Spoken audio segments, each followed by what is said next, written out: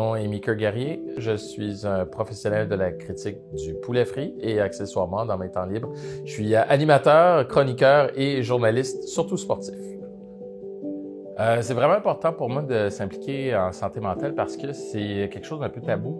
Puis c'est aussi quelque chose dont on a l'impression d'en entendre parler, mais sans jamais vraiment rentrer dans la discussion. Tu sais, on dirait que pour certaines personnes, la santé mentale, c'est pas filé pendant longtemps, mais c'est plus compliqué que ça. Il y a des choses, on peut souffrir de santé mentale et même pas savoir c'est quoi.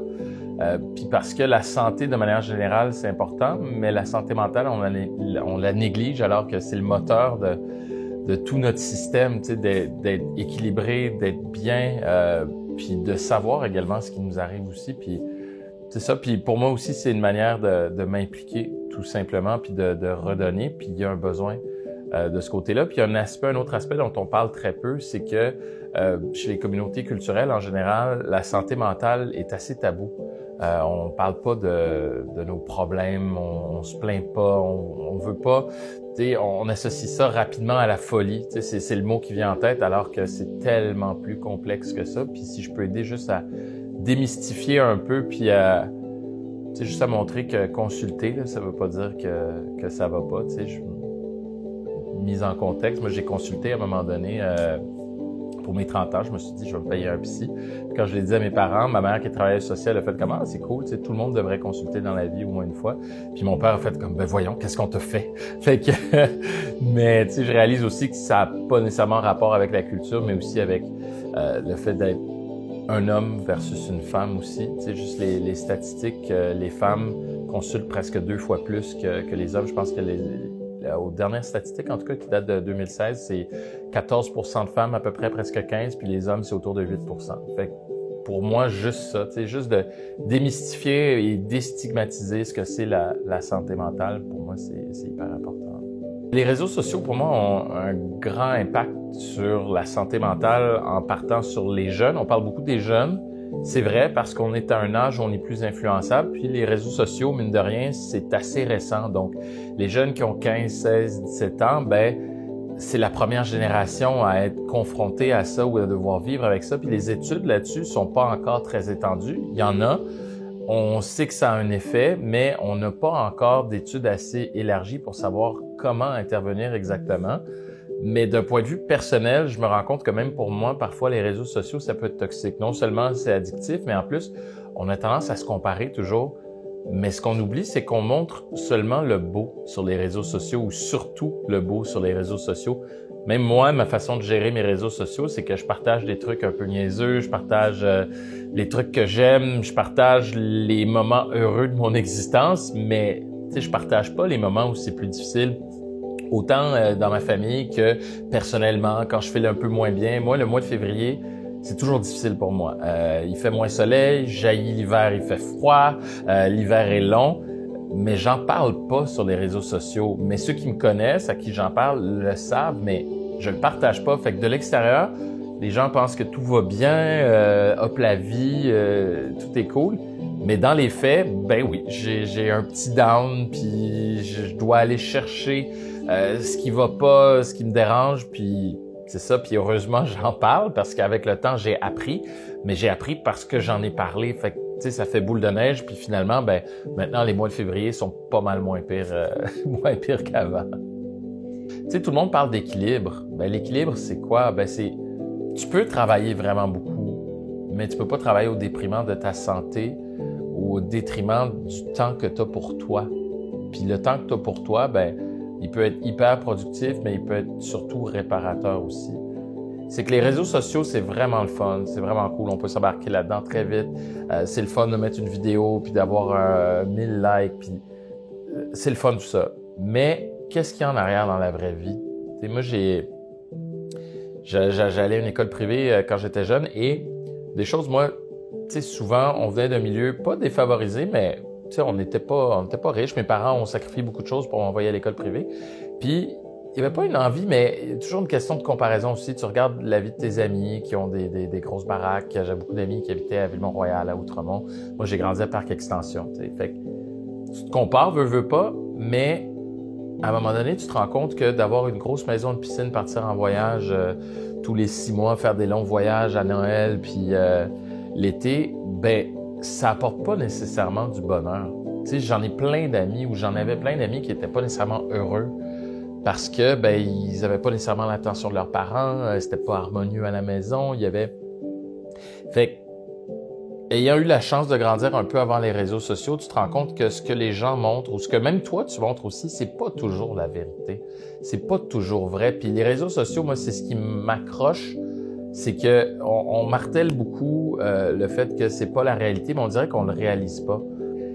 Moi non plus, je suis pas toujours bien, mais j'arrive à trouver un équilibre à travers tout ça, puis à être bien dans ma peau autrement, que par l'image que je projette, ou etc. Puis je pense que c'est juste important de réaliser qu'on a chacun nos batailles, nos luttes intérieures, puis que ce qu'on nous expose sur les réseaux sociaux ou même dans les médias de manière générale, c'est pas ça la vraie vie.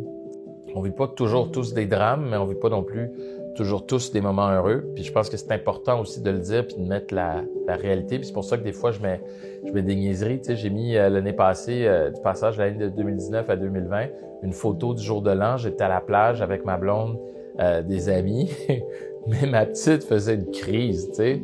Fait que non, on va pas prendre une photo où on est parfait. On a pris la photo où la petite se tortille puis elle se garoche. On est un peu tout croche, le soleil dans les yeux. Parce que c'est ça, dans le fond, la vraie vie. C'est le moment où t'as la photo parfaite, c'est ça, justement. C'est un moment. C'est une fraction de ce qui s'est passé, tu sais.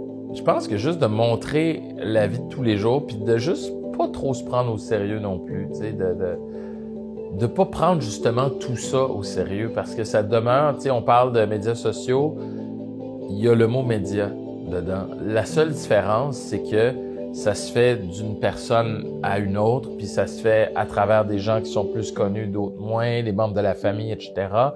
Je pense que tout est une question d'équilibre, de dosage, puis de comment on utilise aussi les plateformes.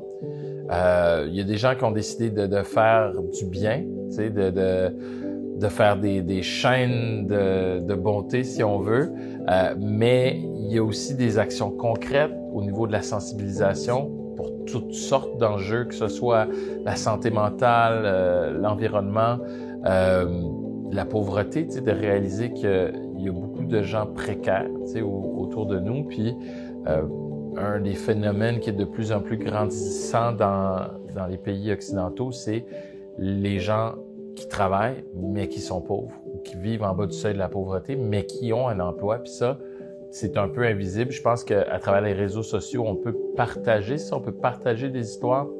Il y a beaucoup de levées de fonds aussi qui se font. Il y a quand même des belles initiatives. Pour moi, en tout cas personnellement, il faut trouver justement comment est-ce que tu utilises la plateforme et non l'inverse. Parce que tout le monde dit le fameux dicton si tu payes pas pour le produit, c'est toi le produit. Oui, mais si tu t'en sers justement pour faire du bien ou tu t'en sers pour informer, pour aider, tu t'en sers pour garder un contact. Des fois, c'est des trucs hyper simples. Tu n'es pas obligé d'aller faire du bénévolat pour faire du bien autour de toi. Tu peux prendre le téléphone, appeler quelqu'un. Tu peux rester en contact. Tu vois que quelqu'un vit une difficulté. Moi, je prends tout le temps d'écrire aux gens j'écris pas toujours des anniversaires, mais lorsqu'il y a un décès, je prends le temps d'écrire. Parce que c'est des moments importants, puis pourtant, j'ai rien à dire. Moi, je dis toujours la même chose, ou presque. C'est, je sais jamais quoi dire dans ces moments-là. Mais ça demeure un moment difficile où tout le monde a déjà vécu un deuil autour d'eux. Fait que, c'est juste d'ouvrir la porte, puis d'ouvrir ses oreilles. Je pense que les réseaux sociaux servent aussi à ça. Puis, à la base, c'est un peu ça aussi, qu'on s'en servait tous avant de tomber dans l'engrenage, mais je pense que c'est important de revenir à ça, puis d'être conscient du pouvoir qu'on a également sur les réseaux sociaux et non l'inverse. Tu sais, il y a un gros tabou, puis un malaise, mais tu sais, sans dire que moi j'y ai pensé, puis mais oui, il y a des bouts où j'étais à bout, puis j'étais là, ben voilà, tu sais, le seul moyen que ça arrête, c'est que tout arrête, tu sais. Puis à un moment donné, ben après une nuit de sommeil ou une discussion, n'importe quoi, des fois c'est une niaiserie, des fois c'est 5 minutes, mais puis je me demande tout le temps, c'est-tu utile si je le dis ou c'est pas utile? Tu sais, jusqu'à où je peux aller dans cette discussion-là, dans cette conversation-là? Puis je me demande des fois si la prévention a pas créé un peu un certain sentiment de culpabilité dans l'homme ou la femme de la rue, tu sais, le gars ou la fille moyenne, tu sais, de dire jusqu'où je peux en parler, jusqu'où je peux pas en parler, puis ce côté-là un peu à démystifier, je pense, de dire « Hey, c'est correct de dire que t'es à bout, puis de te rendre à bout, puis de dire que t'as le goût que ça finisse, mais attendons 2 minutes, là. Juste 2 minutes, pense à ça, là. » Puis, c'est ça. Des fois, tu te rends compte que, my God, je tombe bien intense. Puis des fois, tu te rends compte 5 minutes après, des fois c'est 10 minutes, des fois c'est 1 an, des fois c'est 10 ans après, mais tu te rends compte que l'état dans lequel tu étais est passager. Aussi douloureux soit cet événement ou ce moment, c'est passager. Tu ne sais pas quand ça va arrêter. Tu sais, un orage, tu ne sais pas là, quand ça s'arrête. Tu ne sais pas quand ça commence, tu ne sais pas quand ça arrête. Mais tu sais que ça arrête parce qu'à un moment donné, il ne peut pas juste pleuvoir. Est-ce que d'en parler, ce serait pas le meilleur moyen de juste dire « Hey, moi aussi, j'ai déjà été à bout. Je te comprends tellement. Elle vient chez nous, puis juste sois veg, je vais te faire à manger, on va chiller, on va regarder les films, puis tu resteras le temps qu'il faut. » là.